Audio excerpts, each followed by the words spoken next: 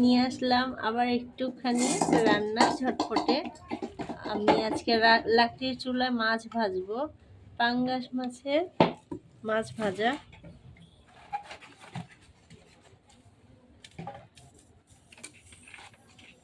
এটা পাঙ্গাস মাছের পেটের চাক।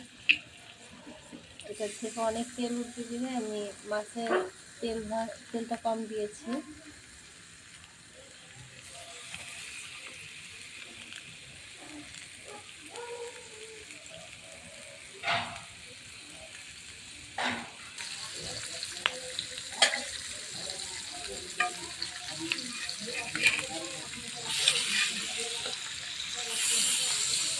বড় মাছ হলে দুইটা থেকে মানে কাটাটা আমি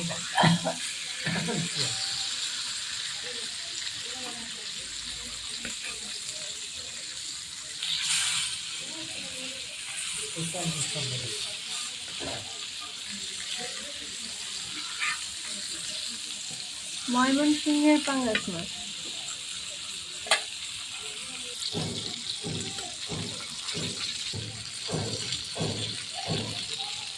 লাকড়ির চুলা রান্না।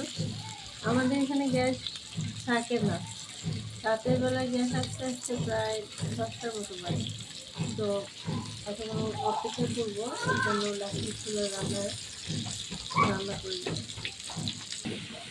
মাছ ভাজা কমপ্লিট। আমি এখন মাংস রান্না করব।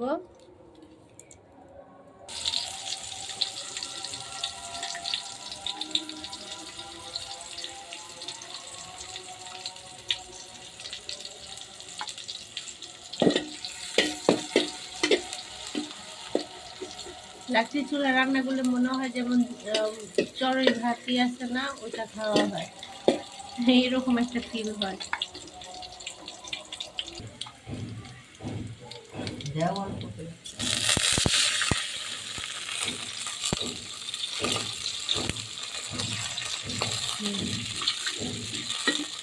আমি মশলাগুলো আস্তে দিয়েছি।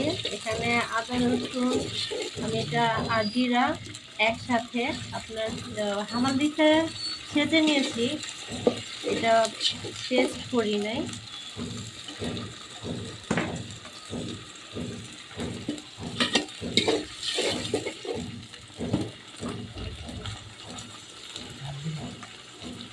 আমি একটু ঝাল খাবো, তাই একটু মরিচটা বেশি দিচ্ছি।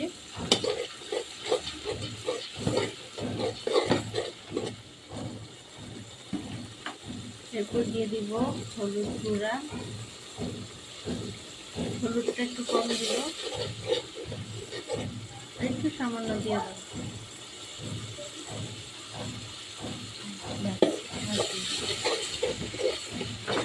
এখন দিব ধনিয়া গুঁড়া,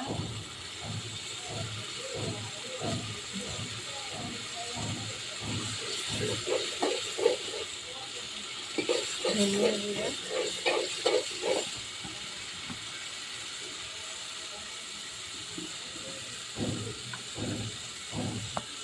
সামান্য আর একটু পানি দিয়ে দেবো।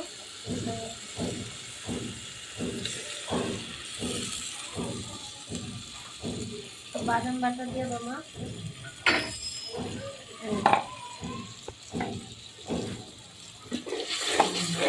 লবণ দিয়েছি,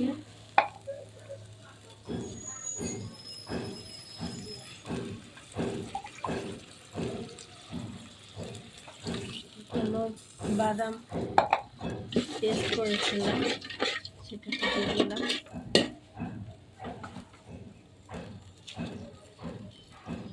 মশলাটা একটু কষবো, আলু দিব।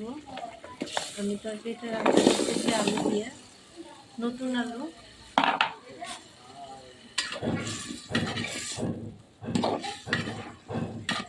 আমার মা আমার রান্নাতে হেল্প করতেছে,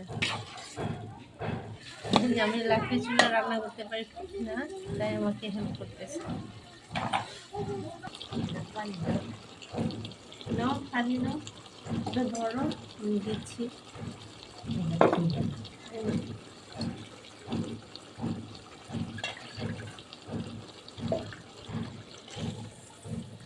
মাংসগুলো কষায় নিয়েছি।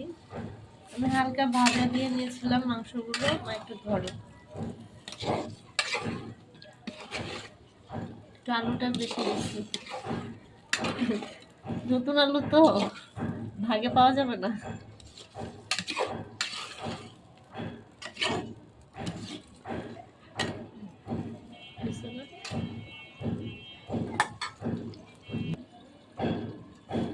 একটু ঢেকে দিলাম।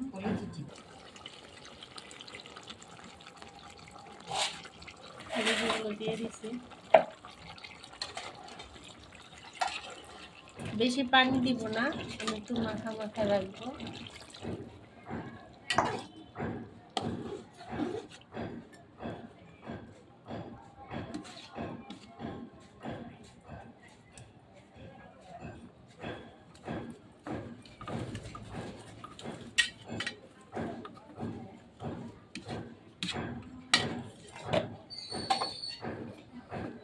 দিয়া ওই তাপ দিয়া বাজবে হুম, এটা শুকনো দিয়ে দিয়ে দিই। এটা ভিতরে বইব না গুঁড়া ওই যে কি দিয়ে রুটি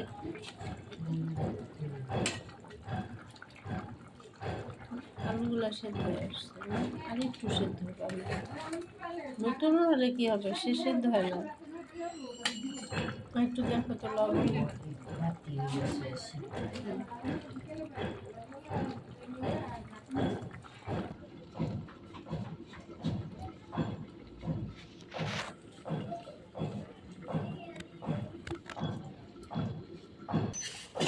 না, আগে যদি আর দিতে হেঁটে আমার রান্নাটা কমপ্লিট হয়ে গেছে। এখন আমি একটু জিরা পাখি দিব।